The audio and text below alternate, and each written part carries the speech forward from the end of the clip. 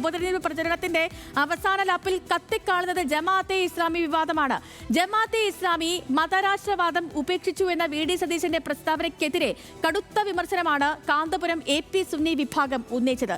UDF വർഗീയവാദികളായ ഉണ്ടാക്കിയ കൂട്ടുകെട്ട് അപകടകരമാണെന്ന് ആവർത്തിച്ചാണ് CPIM അവസാന ഘട്ടത്തിൽ പ്രചരണത്തിന് കരുത്തുകൂട്ടുന്നത്. അതേസമയം ജമാഅത്തെ ഇസ്ലാമിയുടെ പിന്തുണ സ്വീകരിക്കുന്നതിൽ ഒരു വൈഷമ്യവും ഇല്ലെന്ന് UDFും തിരിച്ചടിക്കുന്നു. പതിറ്റാണ്ടുകൾക്ക് മുൻപ് ജമാഅത്തെ ഇസ്ലാമി പിന്തുണ തുടർച്ചയായി സ്വീകരിച്ചവരാണ് LDF എന്ന വാദവും UDF ഉന്നയിക്കുന്നുണ്ട്. ആസിഫ് മുഹമ്മദ് ചേരുകയാണ് ഇതുമായി ബന്ധപ്പെട്ടുള്ള കൂടുതൽ വിശദാംശങ്ങളുമായി നിലമ്പൂരിൽ നിന്നും തത്സമയം. ആസിഫ്, ഈ പറഞ്ഞതുപോലെ ജമാഅത്തെ ഇസ്ലാമി എന്ന സംഘടനയുടെ സ്ഥാപിത ലക്ഷ്യവും അതിന്റെ പ്രഖ്യാപിത ലക്ഷ്യവും ഇസ്ലാമിക രാഷ്ട്ര സംവിധാനമാണ്.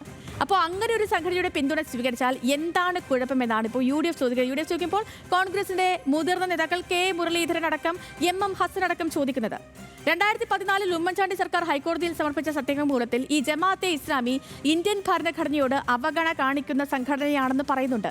11 വർഷങ്ങൾക്ക് മുൻപ് ഉമ്മൻചാണ്ടി സർക്കാർ സത്യവാങ്മൂലം നൽകിയ ശേഷം ഈ സംഘടനയ്ക്ക് എന്തെങ്കിലും ഒരു നയവ്യത്യാസമായി ഉണ്ടായതായി നമുക്കാർക്കും കാണാനും കഴിഞ്ഞിട്ടില്ല. അന്ന് ആഭ്യന്തരമന്ത്രിയായിരുന്ന ചെന്നിത്തലയാണ് ഇപ്പോൾ നിലമ്പൂരിലെ തിരഞ്ഞെടുപ്പ് ചുമതലക്കാരിൽ ഏറ്റവും പ്രധാനം.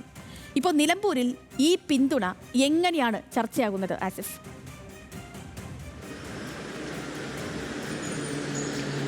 സേതു, തീർച്ചയായും അന്ന് സത്യവാങ്മൂലം നൽകിയ രമേശ് ചെന്നിത്തലയോട് ഇന്ന് അതേ ചോദ്യം ചോദിച്ചപ്പോൾ രമേശ് ചെന്നിത്തല പറഞ്ഞൊരു കാര്യം, ഈ ചോദ്യം നിങ്ങൾ പോയി CPM നേതാക്കളോട് ചോദിക്കുക എന്നുള്ളതാണ്. കാരണം ജമാഅത്ത് ഇസ്ലാമിക്ക് നിലപാട് മാറ്റം വന്നില്ലെങ്കിൽ അന്ന് അവരെന്തുകൊണ്ട് അങ്ങനെയുള്ള ജമാഅത്ത് ഇസ്ലാമിക്ക് പിന്തുണ പ്രഖ്യാപിച്ചു എന്ന തരത്തിൽ ആണ് അത് ന്യായീകരിക്കാൻ ഇപ്പോൾ എന്തായാലും കോൺഗ്രസ് നേതൃത്വം ശ്രമിച്ചുകൊണ്ടിരിക്കുന്നത് എന്നുള്ളതാണ്. എന്തായാലും ഇപ്പോൾ കഴിഞ്ഞ 2 ദിവസമായി നിലമ്പൂരിലെ ചർച്ചാ വിഷയം മുഴുവൻ ജമാഅത്ത് ഇസ്ലാമിയിൽ കുടുങ്ങിക്കിടക്കുകയാണ് എന്നുള്ളതാണ്. അത് ജമാഅത്തെ ഇസ്ലാമി പിന്തുണ പ്രഖ്യാപിച്ചത് കൊണ്ട് മാത്രമുണ്ടായ ഒരു ചർച്ചയല്ല എന്നുകൂടി നമ്മൾ കാണേണ്ടി വരും. കാരണം പ്രതിപക്ഷ നേതാവ് V.D. സതീശൻ ഒരു പടി കൂടി കടന്ന് ജമാഅത്തെ ഇസ്ലാമിയുടെ പിന്തുണയെ ന്യായീകരിക്കാൻ ശ്രമിച്ചതിലാണ് ഏറ്റവും വലിയ തിരിച്ചടി UDFിന്റെ ക്യാമ്പിൽ ഉണ്ടായിട്ടുള്ളത് എന്നുള്ളതാണ്. കാരണം ജമാഅത്തെ ഇസ്ലാമി ഇപ്പോൾ മതരാഷ്ട്രവാദമൊക്കെ ഉപേക്ഷിച്ചൊരു സംഘടനയാണ്. അപ്പോൾ അങ്ങനെയുള്ള ജമാഅത്തെ ഇസ്ലാമി അവരുടെ നിലപാടുകളിലൊക്കെ പിന്നോട്ട് പോയി എന്ന് V.D. സതീശൻ പറഞ്ഞത് വലിയ രീതിയിൽ അവരെ പ്രതിരോധത്തിലാക്കിയിട്ടുണ്ട് എന്നുള്ളതാണ്. കാരണം ഇപ്പോൾ മുസ്ലിം സംഘടനകൾ തന്നെ ഇപ്പോൾ കാന്തപുരം AP അബൂബക്കർ നേതൃത്വം നൽകുന്ന സമസ്ത വിഭാഗം ഇതിനുമായി ബന്ധപ്പെട്ട രംഗത്തെത്തിയിട്ടുണ്ട്.